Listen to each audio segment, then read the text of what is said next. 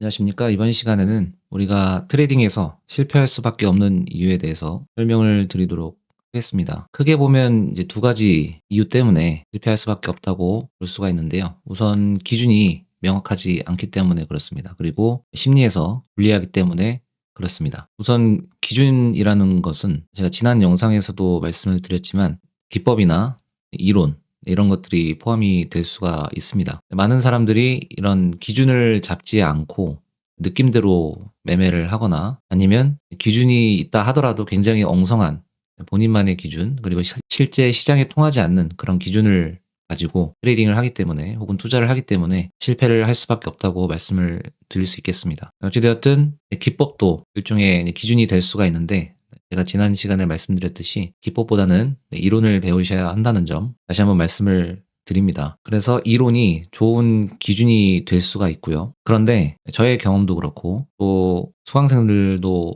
그렇고 또 제 주변의 트레이더들을 보면 기준은 굉장히 좋은 기준을 가지고 있습니다. 실제 시장에 통하는 이론, 그리고 통계가 어느 정도 명확한 계좌가 우상향 될 수 있는 그러한 좋은 이론, 어떤 모델, 그 틀을 가지고 있다는 것이죠. 이런 좋은 시스템이나 어떤 이론을 가지고 있는데도 트레이딩에서 계속 실패하는 경험을 하게 됩니다. 여러분들이 좋은 기준을 가지고 있는데도, 그리고 여러분들이 가지고 있는 기준을 통해서 꾸준히 수익을 보고 있는 사람들이 있는데도 실패를 경험하고 있다면 그것은 심리의 문제일 가능성이 높습니다. 심리에는 또 여러 가지 것들이 관련이 되어 있는데요. 이것 또한 가정이라고 볼 수 있겠습니다만, 시장은 확률적인 시스템으로 움직입니다. 그런데 인간의 사고는 결정론적 사고가 지배를 하고 있죠. 결정론적 사고라는 것은 우주에서 일어나는 모든 사건이 그 전부터 결정이 되어 있고 어떤 법칙에 따라서 합리적으로 움직인다는 이야기입니다. 그래서 만약에 우주의 모든 입자의 위치와 속도를 안다면 우주의 미래를 예측할 수 있다라고 라플라스가 주장하기도 했죠. 그래서 우리가 차트를 이제 분석을 했다면 이제 위쪽 추세선을 뚫었기 때문에 반드시 올라가야 된다, 뭐 이런 식의 결정론적 사고를 하게 된다는 것입니다. 우리가 이론을 배웠지만 그 배운 이론을 토대로 결정론적 사고를 한다는 것입니다. 왜 그렇게 될 수밖에 없을까요? 일단 우리가 배운 모든 학문이 이러한 시스템으로 되어 있기 때문에 그렇습니다. 과학이든 수학이든 다른 어떤 학문이든 과거의 원인이 미래의 결과가 되고, 모든 사건이 또 정해진 곳에서 정해진 때에 일어나야 하고 인과관계가 존재해야 하죠. 그런데 지금까지의 증거들을 보면 시장은 확률적으로 움직인다는 것입니다. 얼핏 이해가 잘 되지 않는 그러한 시스템이라고 할 수가 있는데요. 비행기 조종간을 당기면 비행기는 위로 올라가게 되죠. 또 앞으로 내밀면 내려가게 됩니다. 비행기 피치를 올리고 내리고 할 때 고도가 변화가 되게 되죠. 결정론적 시스템에서는 합리적인 일입니다. 근데 확률적 시스템에서는 레버를 당겼을 때 당연히 올라가야 되지만 확률적이라는 것입니다. 올라가는 것이. 70%의 확률로 비행기가 올라가는데, 근데 나머지 30%는 내려갈 확률도 있다라는 것이죠. 이런 비행기라면 아무도 타지 않을 것입니다. 우리 목숨이 하나이기 때문이죠. 비행기 내부의 기계적 시스템이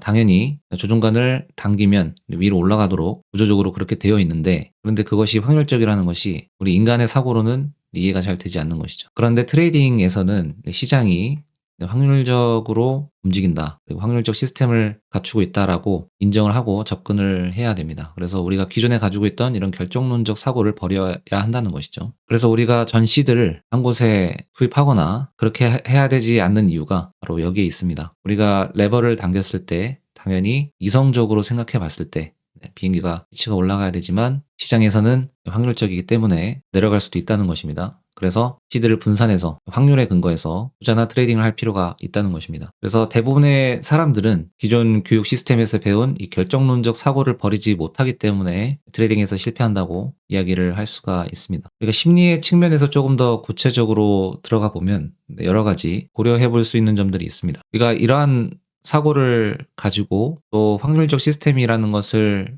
받아들이지 못하면 손실을 어떤 예외적인 것으로 생각하기 쉽고요. 그래서 올바른 인식을 발전시켜 나가기 어려울 수 있습니다. 우리가 이론적으로 올바르게 차트를 분석하고 또 해석을 하여서 진입을 하였다 하더라도 확률적으로 손실을 입을 수가 있습니다. 그런데 결정론적 사고를 가진 사람들은 이전 분석이 완벽했음에도 그것을 받아들이지 못하고 뭔가 잘못이 있지 않을까라고 생각하면서 찾아본다는 것이죠. 물론 복귀하는 습관은 좋은 것입니다만 우리는 항상 뭔가 잘못한 것은 없지 않을까라는 생각을 자동적으로 가지게 됩니다. 그래서 이런 결정론적 사고에서 완전히 벗어나기는 거의 불가능하다고 할 수 있습니다. 그래서 어떤 기준이나 원칙, 그리고 또 리스크 관리, 이런 것들이 명확히 정립이 되어 있지 않으면 트레이딩에서 실패할 수밖에 없습니다. 또 많이 언급이 되는 손실 회피 이론에 대해서 조금 설명을 드릴 수 있을 것 같은데요. 사람은 손실을 이익보다 더 크게 느낀다는 것입니다. 그래서 손실을 보게 되면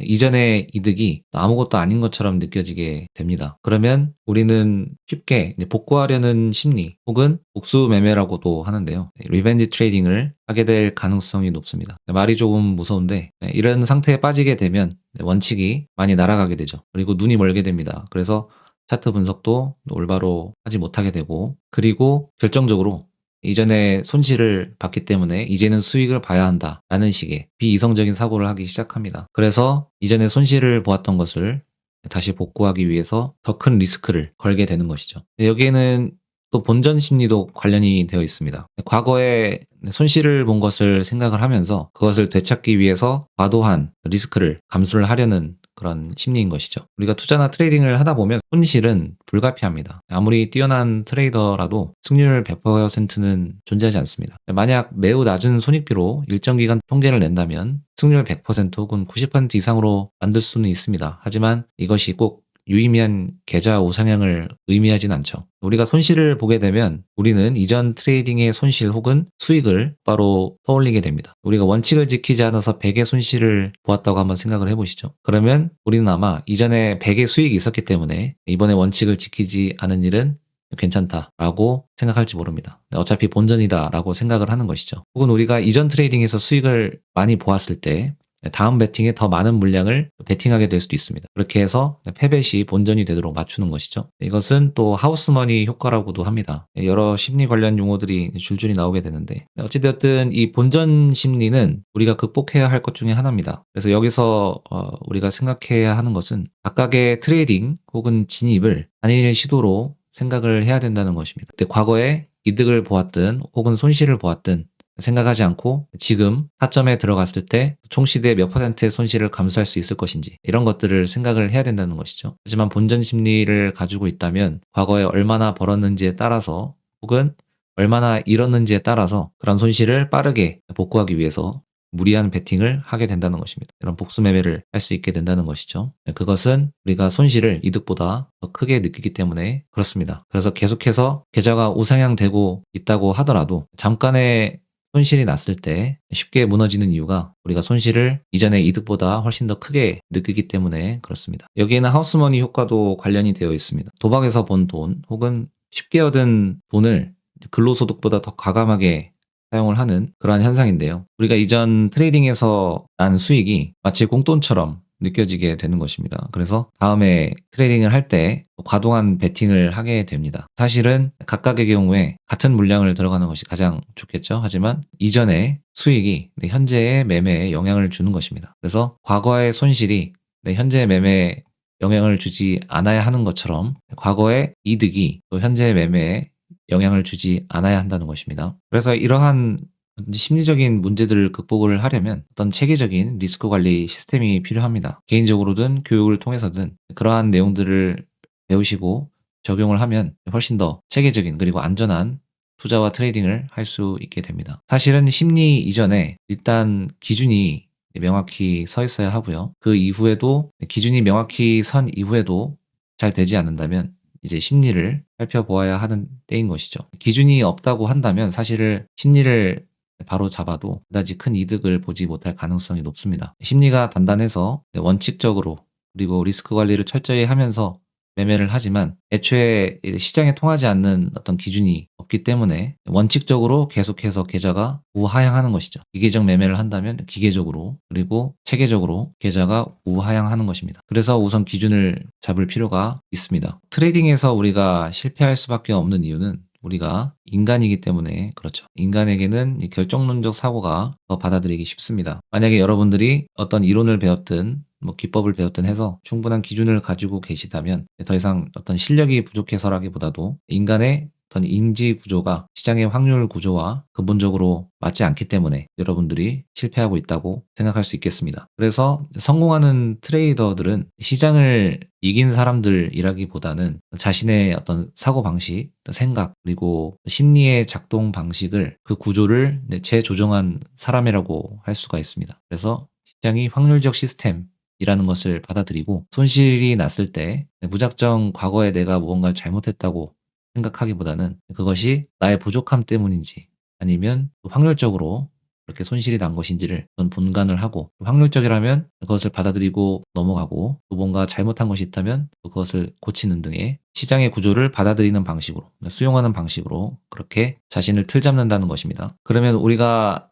이러한 어떤 심리적인 기제들 사실 이것 말고도 굉장히 많은데 시간이 부족하기 때문에 모두 다 다룰 수는 없고요. 차례대로 다른 영상에서 말씀을 드리도록 하겠습니다. 그래서 이러한 심리적인 문제들을 극복을 하려면 우선 명확한 기준이 있어야 된다고 말씀을 드렸습니다. 그 이후에도 사실 잘 안 될 수가 있는데 큰 도움이 되는 것 중 하나는 여러분들이 겪고 있는 심리적 문제들을 복기를 해보는 것입니다. 이런 식으로 제가 분류를 한 이유도 이렇게 분류하는 것 자체 그리고 패턴화하는 것 자체가 도움이 되기 때문에 그렇습니다. 이번에 포지션을 진입을 하려고 하는데 물량을 늘리고 싶은 충동이 듭니다. 생각해보니 이전 매매에서 계속해서 연속적인 승리를 경험을 했기 때문에 이러한 마음이 충동적으로 든다는 것을 이해할 수 있게 되죠.